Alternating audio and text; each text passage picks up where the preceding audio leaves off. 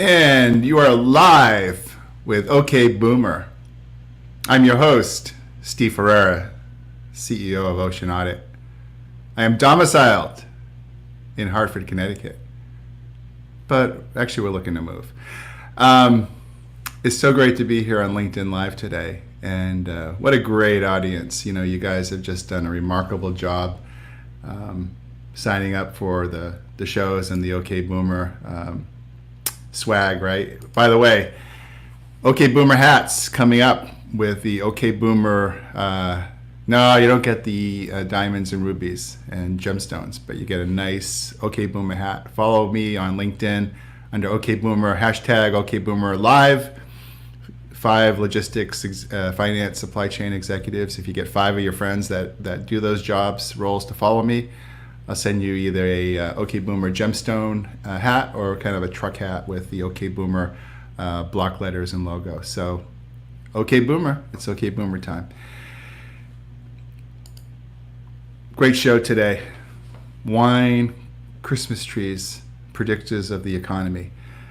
Yeah, it's funny. I have a great conversation today with a few clients, and we talk about what I do as a freight auditor for ocean freight. And I guess sometimes, it can be as boring as watching, paint dry, right? What's he do? He's a freight auditor. It's not the most sexy of roles, but I'll tell you what, I love my role, I love what I do, and I love being able to provide cash recoveries and working capital recoveries to my client base. So thank you all so much for being supporters, and thank you all for being fans, and thanks for making this I think in July, we had over 180,000 views on OK Boomer and my content, and it's only getting better. I see the metrics going up today. One of my posts a few days ago has already reached 11,000 views. So I know we're onto something. We're onto something really good, and I like these mini forums for having everyone together. They're starting to replace a lot of the traditional old world events. Although I have a good friend, Alicia Shapiro, that does event planning, and I feel bad that a lot of the virtual events have had to revert to virtual events. I miss the old days of traveling. Anyway, let's start our show. I wanted to have time to field any questions if there are any, and I wanted to talk about, put together some great stuff, using the Ferreira Factor data. And you are, by the way, for those just joining us, you're watching OK Boomer Live TV. I'm your host, Steve Ferreira, Hartford, Connecticut. I'm full-time is my role at CEO of Ocean Audit, a ocean freight refund recovery company based here in Hartford, serving the globe. So without further ado, let us get into the Ferreira Factor. Let me share my screen with you, and we can kick off. So here is the Ferreira Factor in work. Now, I got to tell you, this is worth the price alone of admission. The Christmas tree made out of a wine bottle. So wine and Christmas trees driving Q3 and even Q4 consumer sentiment. And when I thought about the segment, I thought to myself, there are certain commodities and certain stalwarts of ocean freight that are living, they're breathing. I just felt like I was Dr. Spock on Star Trek. Bones, warp speed. And these figures call out to me in terms of saying, let's take a look at this, because they're really good predictors of the future. And this is stuff that Wall Street and hedge funds and analysts, don't necessarily look at. Now, is it necessarily, really vetted empirically that, these are the dynamics? No, not precisely. But I think the numbers have spoken, right? And I think people will say, well, the economy is down because of COVID. But it wasn't that bad, right, in April, right? We're starting to see a little bit more kind of cracks in the armor. So let's take this a little bit deeper. And instead of Nicole Kidman's eyes wide open, let's do eyes wine open. You see what I did there. And if you look at wine from Italy, Spain, France, and Portugal. I think what's really an important metric here is kind of let's look at the right-hand side first. And let's just look at the month of April and look at April 2019, and let's look at April 2020. And so really not that much of a difference, right? I mean, now this is still a 30-day delay, so it was kind of at the beginning of COVID, right? And when you look at what's happened May to August, and so this is pretty much real time on August arrivals of wine from the EU, we went down 17%. Now, of course, some of that is the productions, capacities in Europe, thwarted down or slowed down by the crisis. But some of it is built in, and I just had a conversation with one of my clients who's a wine expert, and we're talking about that the average price of an EU wine compared to US wine, when you factor in the pricing and the tariffs and the duties and the cachet of EU wine, it's about $11 a bottle. And that's going to be an important metric when we go through this exercise. But right now, we're seeing, despite alcohol sales being significantly up, we're seeing EU wine down, and that does have a tremendous impact on the economy. And I'll show you what that impact is, and I'll show you what's kind of substituted for that in a minute here. When we look at beer, beerly moving the needle, right? And one of the fascinating things about beer from the EU, these numbers were flat, right? 2017, 18, 19, 20, I mean, it's basically the same. Beer has stayed very static in terms of demand from Europe. And even now in 2020 up till July 31st, we're just down a little bit on the beer. And I think the price elasticity of the beer is one of the reasons why, right? Typically, of course, Heineken might be premium price, but, CM Adams is also as well. So I think the consumer moves a little bit more they're not so much discerning on the price differentials on beer. And I know Heineken in Rotterdam, in Amsterdam, Rotterdam, that they move those beers in pipeline block-esque chain type fashion. So I think that that's one of the reasons why beer has stayed pretty steady and not necessarily been impacted. It doesn't have the same cachet as wine. It's not as premium priced as wine. Some will make the argument that, well, it's a double bock from the monks in Germany. But that's really an outlier, right? So beer has stayed, pretty flat. Ho, no. Ho, no. This can't be happening. My biggest predictor is Christmas trees and decorations and toys. So it's not going to be a good Q3 and Q4. And I'm afraid that the average American child will get 5 toys instead of 7. And I'm going to kind of explain my logic on it. So right now, Christmas decorations and trees, they're down 23% from where we are this year versus where we were last year. Now again, some could say, okay, well, it's Chinese New Year, it's the COVID. I get all that, but the fact is that these products are still not moving in the cadence that they would typically need to move the dial on it. Alarmingly, these trees and decks, right, decorations, are not necessarily big movers, but toys is a huge mover when you look at the Mattels, the Hasbros, the Kid Crafts. And toys are slumping a bit, and the numbers, I mean, it's we're down 30,000 plus TEUs. And that's an awful lot of light brights. Do they still make light brights?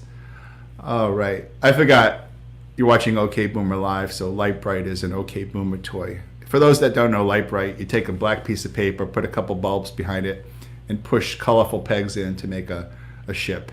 That's what I grew up with. So toys are down and slumping. So what can we make out of this?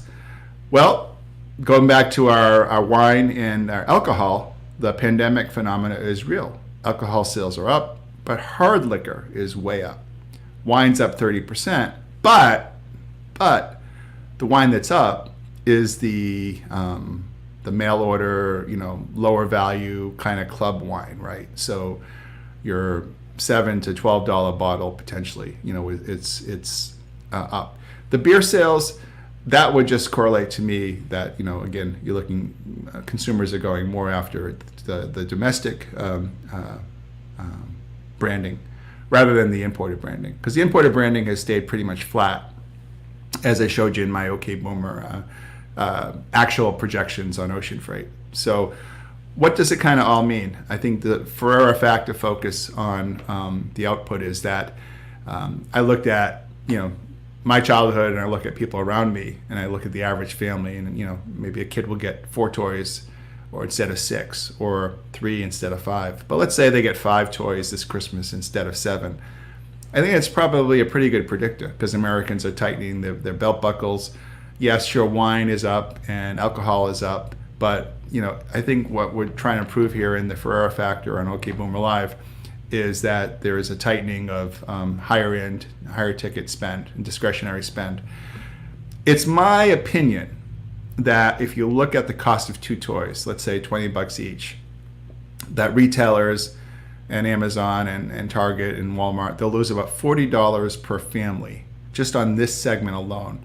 Now, I did the math last night. According to the census, I believe there are 33 million extended families with 2 or more kids, something like that. But let's assume that only half the families participate, right? So 16 million. So the potential revenue loss is 40. Great comment, Rebecca. The revenue loss is $40 times the 16 million families. So it's about over $500 million in revenue loss in that segment. And of course, you think about the crossover effects, right? That you would buy the little cute angel decoration at $40, and you're not buying the angel decoration, you're buying the cardboard one that's $4, right? So I think that we're starting to see that COVID, that post Q3 and Q4, taking Americana type items, it's not necessarily a rosy picture, right, that we move in. Now, you'd say, well, this is no surprise.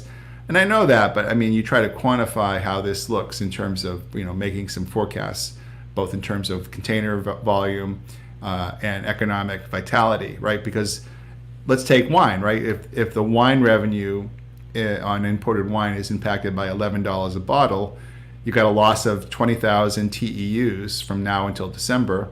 At 18,000 bottles a TEU, that's about a loss of $4 billion in revenue, right?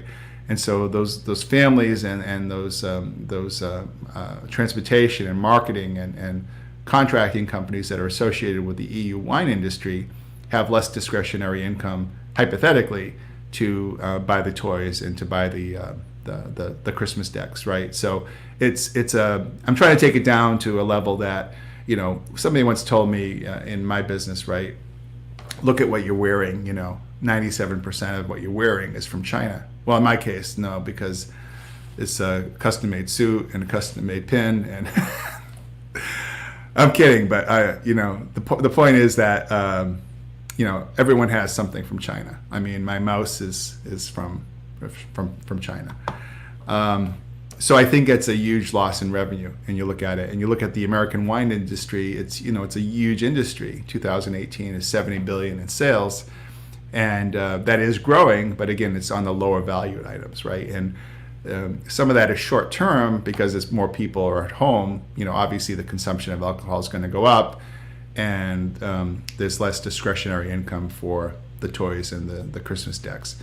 So I think that when you look at the overall factors involved. Let me stop sharing. I think that's the end of my little presentation here. And get back on cam. There we go. So the opportunities at hand when you look at consumerism and retailism, the numbers look pretty strong in July and August. But overall, we still had 10% down. China looked good. Vietnam looked good. But the rest of the world, especially from Europe. And that was one of the themes that why I wanted to do today's show, is that I talk a lot about the Trans-Pacific. It's kind of always my first love. But having lived in Europe for 10 years, it seems to me that they're on the cusp of a new type of recession where products flowing in definitely need to be replaced somehow. And now, who's going to replace EU wine, EU cheese, EU high-end meats? Now, some people might say, well, those are pretty niche products to begin with, Steve. And the reality is that they don't move the dial. But wine does move the dial. Wine is an extraordinarily important, vital commodity in the supply chain.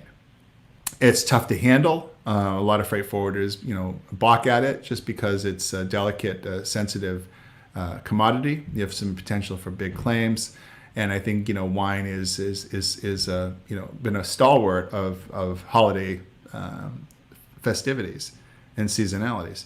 And so I don't think we're seeing that in the EU wine. We're going to get more of the I think Tillman Fertitta, or the billionaire that owns the Rockets, I think, or is it Mark Cuban? One of them has a wine company that delivers wine at home. And so we're starting to see more increases in that. I know my wife just got a big wine shipment of organic wine from California. So those types of things. And you look at the services like Drizzly that deliver alcohol on demand, right? Those were all way up. Back in February and March, it was like, even me is like, I'm a teetotaler, and I said, hey, I got to have this India Pale Ale, and the guy would bring it, and right to my door. He didn't make me sign the slip, and it was great. It was like kind of a little bit of a release or relief to have a nice cocktail in the evening where you would start to think about, well, what's happening in our world. But that's going to dissipate, right? And with the new job numbers out, there's been some great support. That the job numbers are not as dramatically low as the thinking was, and that could certainly mitigate some of this. But again, people are in arrears, right, on some of the spending issues and in billing, and so you have to keep in mind that that's also a catch-up issue as well. And last but not least, I'm starting to see a lot of retailers where, many of my clients, I think I see a kind of a whiplash effect where, you start to see the furloughs back in, March, April, May, but now you're starting to see, just flat out, layoffs. And to me, the picture that I see is there's some health, but there's some also pockets of concern. And so I think that, ocean freight can tell the future. It can tell the past. It can predict, what we are buying and what we're not buying. And I think that as we make do with last year's Christmas decorations, we definitely don't have that discretionary spending. And that shows you why on some of the big box retailers, their numbers were not as significant for Christmas stacks and Christmas trees as it would be, say, for vinyl tile or some home improvement items. But again, the complexity of ocean freight is that a lot of these big box guys had a lot of forward loading back in the tariff crisis with the Trump tariffs. And so if you're a Home Depot, you have the luxury of a lot of warehousing space. So Home Depot can live off a lot of tile inventory that they may have brought in when the market wasn't ready for it. So we're still kind of experiencing these phenomena, and we look at our ocean freight market. Therefore, one of the most complicated issues that the ocean carriers have, and I don't think they look at this enough, is the inventory placement or displacement that the American businesses have when they start to factor in their ship modeling and blank sailings, right? Because they got to the point now where they're really, really good at it, and rates, what we call spot rates to the West Coast, are nearly at an all-time high, if not already at an all-time high. And I think when you look at the fact that volumes are still fairly stable, it's not fair to hold back that much capacity without measuring all the inventory, all the values at the port with regards to, say, inventory congestion at the port and other factors involved. And so, like many of the lines have created these floating warehouses where we can, take the cargo and get it moving at least, and then offload it at a intermediate port, something we call detention in transit. And so there are a lot of opportunities to, move the dial and keep your supply chain viable, even when clients are not buying, in the seasonal factors that I explained. So I think that one of the habits that retailers and others in the vertical industries need to look at is a way to obviously keep people employed, keep the cargo moving. And I think that by working in harmony with the ocean vendors and sharing with them some of the metrics, such as what we're doing on OK Boomer today, each participant in that supply chain can start to see the overall net picture a little bit tighter, a little bit more clearly. And we start to see what some of the trends would be. And it looks like there'll be plenty of space, right, in Q3 and Q4 on the ocean vessels. So we could almost predict that the prices will come down unless there's an artificial continual tightening of capacity. But by going out and shouting out and screaming to the rooftops, hey, the volume's not there, and here's the numbers why, here's the reasons why, somebody like myself can help be a thought leader and drive that and say, hey, it's totally unfair that your capacity, you're limiting the capacity here to just basically take advantage and get your rates up. Now I realize the ocean vendors have lost millions, but even the feds are looking at the legitimacy of the constraints of controlling the capacity in the market. It'll probably go nowhere, but at least there's a new inquiry on that just recently was exposed by Splash or one of the media types. It has exposed the fact that not the Security and Exchange Commission, but not the FTC, but an inquiry within the government fair trade, looking at whether the steamship lines acted reasonably in controlling capacity. So we just hit the 22-minute mark. I realize it's lunch hour in some parts of the country, and the West Coast is just kind of migrating into their day. So I thought I covered all the issues quite well on today's edition of OK Boomer Live. I don't see any questions other than some great suggestions by my friend and client Melissa Cook on a great book here, and I'll try to showcase that for Melissa. A Year Without Made in China. That would be a good read. I'll look that up on Amazon. Thanks, Melissa, so much. And thank my entire audience for being just the greatest in the world, and for supporting the OK Boomer Live lifestyle channel here on LinkedIn. I can't believe I just said that. I'm Steve Ferreira, CEO of Ocean Audit, and please feel free to reach out to me in the comments below or directly at stevef@oceanaudit.com. Love you guys and have a great weekend, and we'll be back with another special edition of OK Boomer Live soon. Thanks. Enjoy the weekend. Cheers.